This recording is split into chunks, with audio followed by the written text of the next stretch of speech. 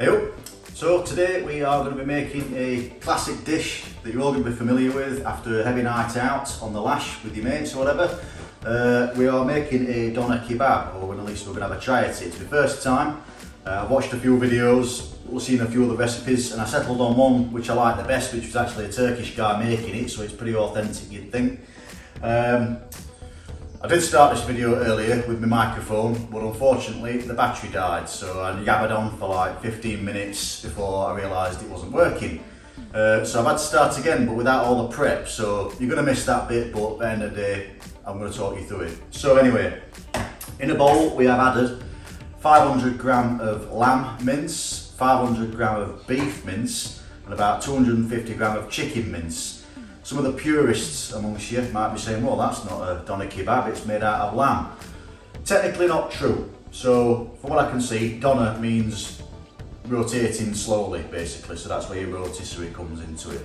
Now, it depends on where you go. All over Turkey there are lots of different recipes for a doner kebab mix. Some do just use lamb, some use just beef, some use a mixture of beef and lamb, and then all manner of different meats basically all mixed together, and you can even get a chicken one, you know, which is still a doner kebab technically. So anyway, I've settled on this recipe. I'm going to give it a whirl. So I've added this together. I've added in a blitzed up half an onion and about 6 cloves of garlic. I've added in a good splash of soy sauce, about a teaspoon and a half, 2 teaspoons of salt. And then I've added in this spice mix that I bought from a guy in Turkey, a proper shop, not just a bloke on a side street, that assured me that it's what they use for the authentic Turkish kebab. Looked good, smells good, so, you know, give it a try. So I've put it all into the bowl, mixed it all together, started off with a spoon, realised it was easy to use my hands, got it all smushed in. And what I'm trying to do is create a paste rather than clumps of mince, because those clumps of mince won't all stick together. So you're best off put it into a food processor, something like that, and you're going to get a nice creamy paste out of it. So I'll bring you over here and just show you what it looks like after I've mixed it up.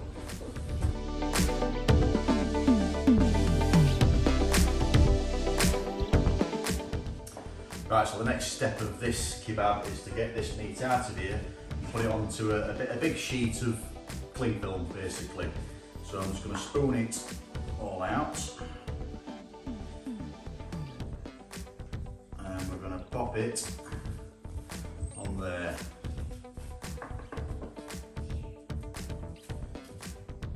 There we go, look at that lovely mound of meaty goodness, huge meat ball. Right, so the trick to get this into some kind of shape is to get your cling film, fold it over the first bit so it's fully covered. Now I've actually put 2 pieces of cling film together here because it's going to be quite a big one. Now I'm going to just make the rough shape of the doner kebab here. So I'm going to make the rough shape of the kebab. We all know what one of these looks like. We've seen them turning around on a spit in a kebab shop or a chippy or something on a night time. Big fat sausage basically, big fat short sausage. So this is going to give it a rough shape, so I'm looking for something like that. Try and get it roughly even as well so it all cooks at the same sort of pace.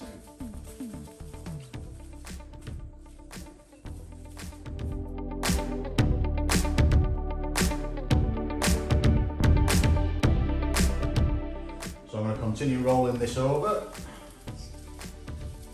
keeping it in its sausage shape as much as possible as I go. A few layers on it. So it's going to tighten up nicely.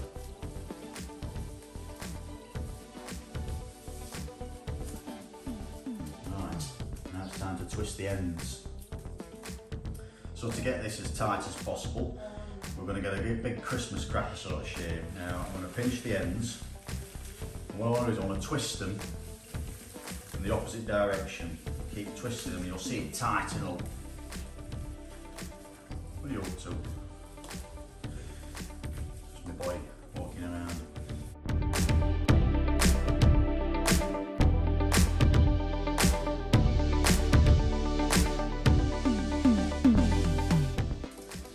Alright, that is about it.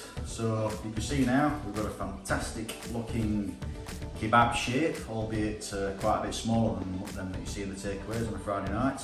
But for all intents and purposes, that's exactly the same. That's exactly what I'm wanting to achieve. I'll bring you in for a closer look.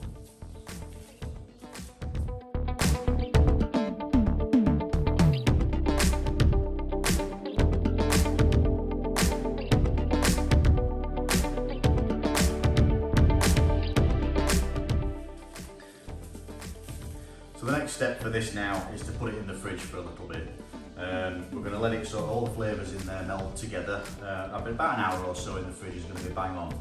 So the way I'm going to cook this, and you will see it in a bit, is going to be a mixture of two methods. So first I'm going to sous vide it for a while. I'll show you that little setup in a bit. I'm going to sous vide it for a while and get it to just sort of cook through enough so that it holds together when I then stick it on the rotisserie on the Weber kettle. So into the fridge we go. Right guys, so this stage of the process,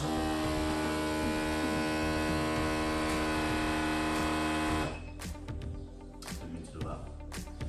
Right guys, so this stage of the process, we're going to put the doner kebab that's been chilling in the fridge for a couple of hours into a vacuum sealer bag.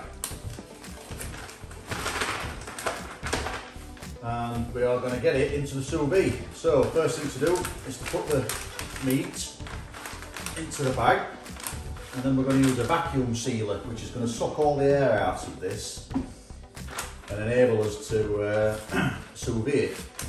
Basically, sous vide is like a water bath, so it's hot water set at the exact temperature that you want it for the amount of time that you want it. And you keep it cooking in there. It can go for several hours.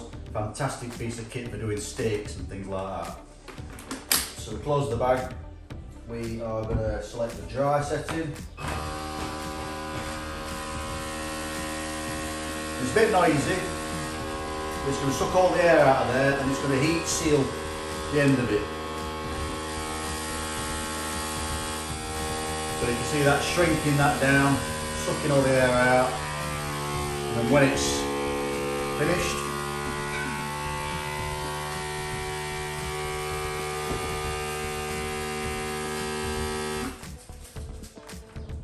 it'll heat seal it, and then we've got a perfectly sealed bag. Now this is great if you buy an excess of chicken breasts or whatever and you want to store some in the freezer.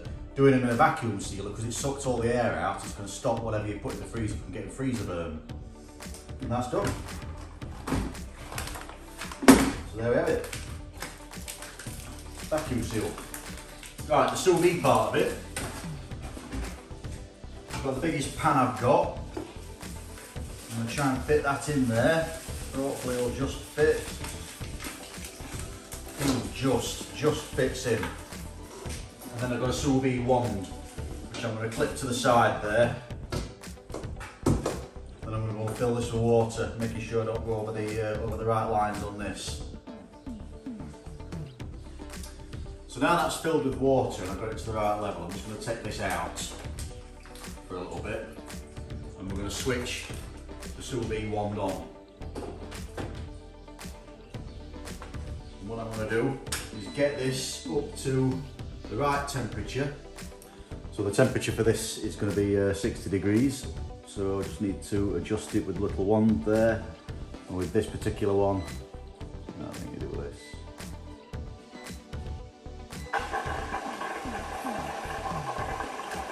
So that's going to preheat to 60 degrees.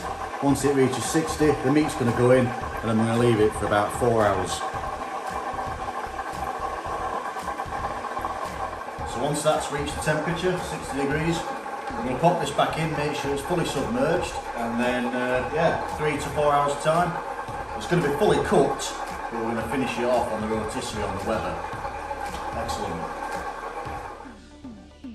Right guys, so time has gone off. The doner has been in the sous vide for about 3.5 hours now, something like that. I've turned it off and I'm going to take this out. Oof, look at that, yes. I'll bring you in for a closer look, but what we've got is a nice firm piece of meat there. Okay. All the juices have come out as it does when it's cooking, so I'm going to leave it for a while, pretty much until we're ready to cook it, and let a lot of those juices try and soak back into it as well. It's going to keep it really nice and moist. Good have a look at this.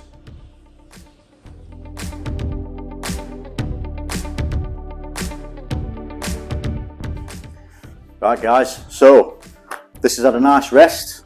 My guests have arrived, and what we're going to do now is we're going to get it out of here, get it onto the spit, and take it out onto the rotisserie. So I'll start by cutting it out of the sous vide bag. It's probably going to get a bit messy this, so I will no doubt need to clean up in a bit. Yeah, that's nice and firm. It's all firmed up, so I know that it's not going to fall to bits when I stick it on the spit and stick it on the barbecue. So we're going to untwist, shift that out of your way so you can see. I'm going to untwist what we twisted up first. Tell you what, I'm going to get a tray because that is going to leak. Oh, excuse the noise. That is going to leak everywhere, so I'm going to put it on a tray to do it. Right. Try and cut this off.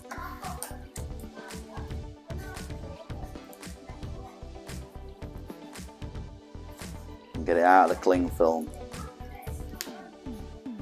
It smells great.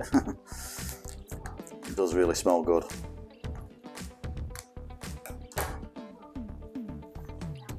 Alright, and it looks... Oh god, yeah, it smells amazing. It smells like a doner kebab. It smells exactly like a doner kebab. Come over here and have a closer look. And you get a smell of it at the same time.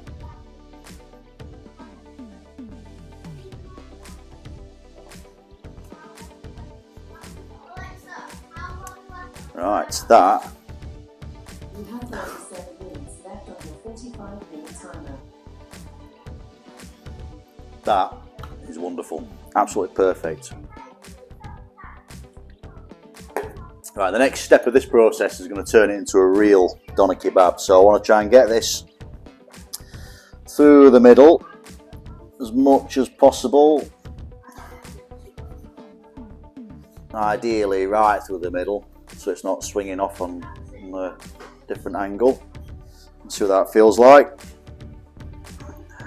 That's not too bad. So I don't really need to use these. I got these out just in case, because if it starts slipping round, then I need it to stay on it and not slip round all the time. And it feels like it's going to stay on it. If it starts slipping round when it's on the barbecue, I'll stick them on it later. But for now, I think I'm absolutely fine. So we're going to get that outside onto the rotisserie. Right, let's get it outside. Get it on the grill. Just empty some of this juice out actually, because it will spill everywhere if I don't.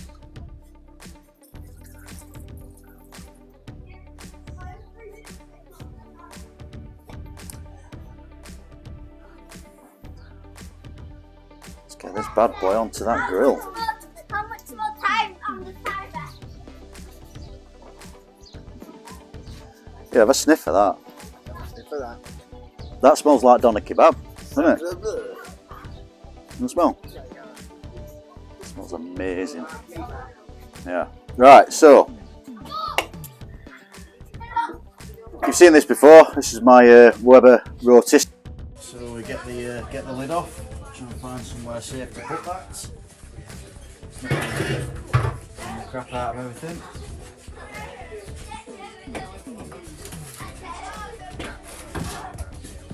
And we're going to stick it in here.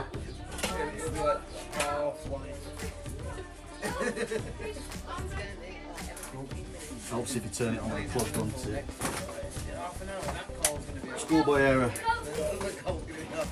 There we go, look at that. Right, so that's brilliant. So this meat's already cooked. We said this before, this meat's already cooked now. What we're going to do now is get it that nice sort of like, you know, crispy bits on the side. It's got coals either side of it. Classic rotisserie. It's already starting to cook nicely coloured. So put that on.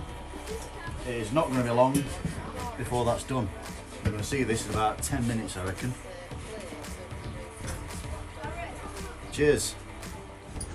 Right guys, we're going to come in close and take a look at this because the smell is just too tempting. Oh my goodness, would you look at that.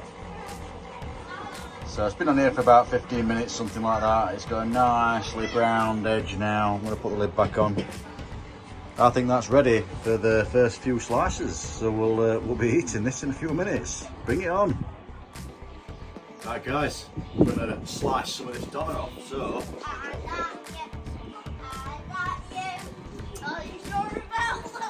get the lid off. Oh, take a look at that. That looks absolutely amazing.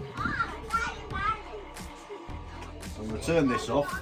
The way I'm going to do is I'm going to stick a tray underneath so I can kind of like catch the bits that are going to fall off. And then I'm just going to slice it. It's all going to fall in. And I'll slice a bit more in a bit and I'll keep it going. Oh, look at that. That looks absolutely fantastic. Don't worry, the cameraman gets a nice piece. I'm just going to keep slicing it. It's a bit warm.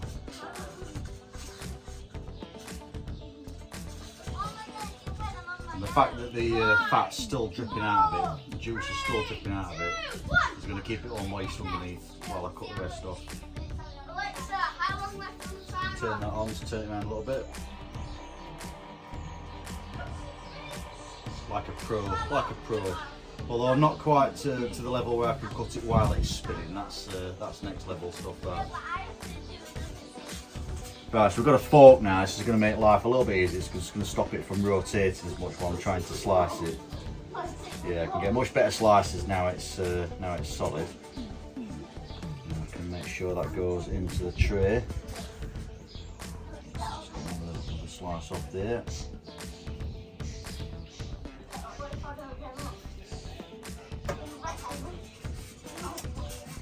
Smells good.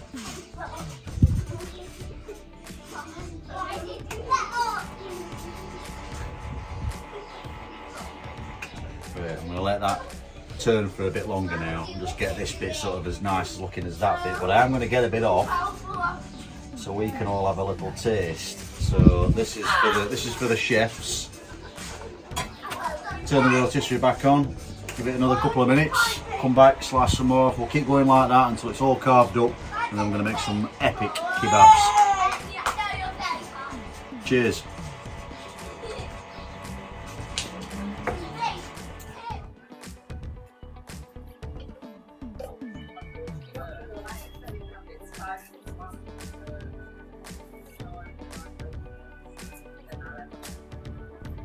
Evening guys, right, we are ready for the finale of the doner kebab.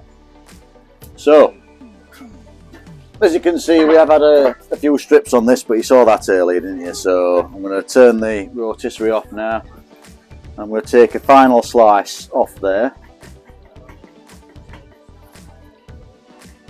That is absolutely banging.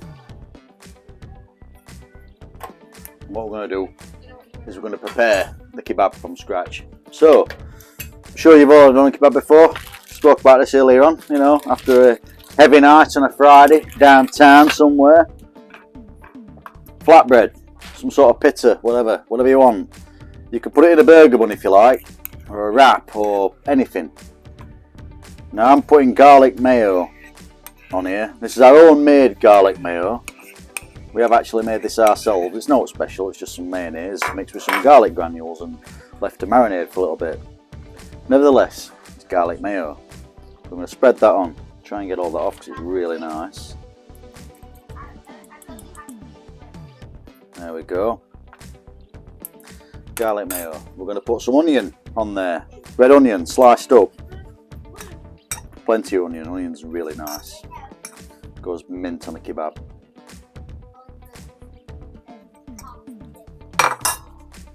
Bit of lettuce, just sliced up into thin strips. Use my fingers because it's hard to get off with a fork.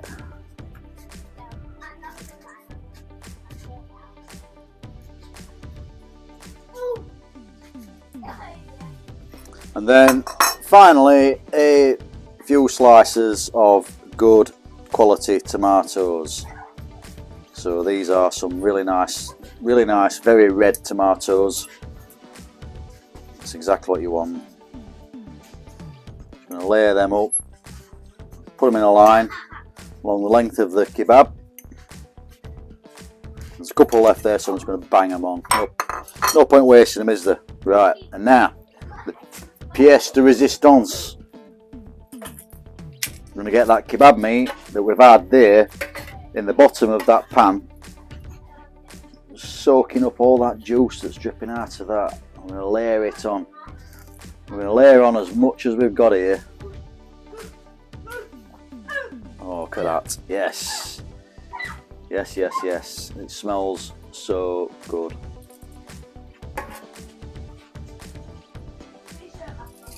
Now we're going to make this. This is the last kebab of the night. This, so we're going to make this one the fattest kebab of the night.